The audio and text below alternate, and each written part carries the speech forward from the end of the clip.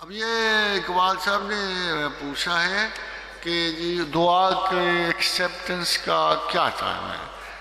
اصل میں بات یہ ہے جی کہ دعا کی ایکسیپٹنس کا باہر نہیں ہوتا، آپ کے اندر ہوتا. اگر آپ اسے سچ پوچھو نا تو ایکسیپٹنس کا ٹائم باہر نہیں ہوتا، مگر ایک لمحہ جب آپ کا اخلاص، آپ کی نیت، آپ کی کارکردگی جب ایک فریکوینسی پہ آ جاتے ہیں تو جو لفظ نکلتے ہیں وہ حضور حق میں قبول پاتے ہیں. یہ آپ کی اندرونی کیفیت ہے.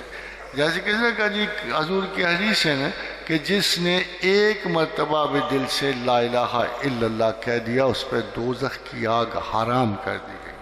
تو جب دل کسی ایسے سٹیٹس میں چلا جائے کہ جس میں آپ کی خواہشات دنیا سے گریزاں ہو جائیں، اور جب کسی کے حق میں انتہائی گہری محبت اور شعور سے آپ کے دل میں دعا پیدا ہو. اسے دیکھا آپ نے کہ اللہ کے رسول کی حدیث ہے کہ غیبت میں کی ہوئی کسی مسلمان کے حق میں دعا ہر صورت قبول ہو. تو یہ باہر نہیں ہے. باہر البتہ کچھ مواقع، کچھ جگہ ہیں جن کا تعلق آپ سے نہیں ہے بلکہ ان لوگوں سے ہے جن کو خدا نے بہت درجے قبولیت بخشی ہے. جیسے اللہ نے فرمایا کہ یہ مسجد حرام جو ہے، یہ جگہ جو ہے فیہ آیات بینات، اس میں میری نشانیاں ہیں.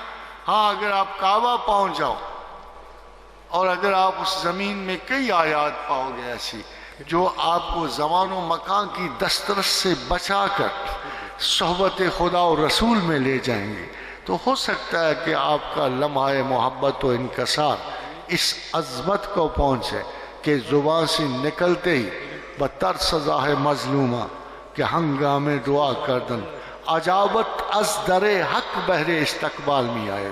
تو بعض اوقات اللہ انتظار کر رہا ہوتا ہے کہ اس کی زبان سے لفظ نکلے اور میں قبول.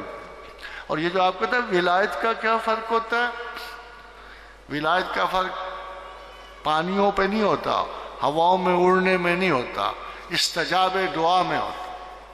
کوئی ولی ہے جس کی ذرا مہینے بعد سنی جائے، ہماری 2-4 سال کے بعد سنی جائے گی، مگر کوئی ولی ایسا ہے کہ منہ سے نکلتے ہی عجابت اسے اچک لیتی ہے. وہی صاحب دعا ہے، وہی ولی وقت ہے، وہی قطب زمانہ.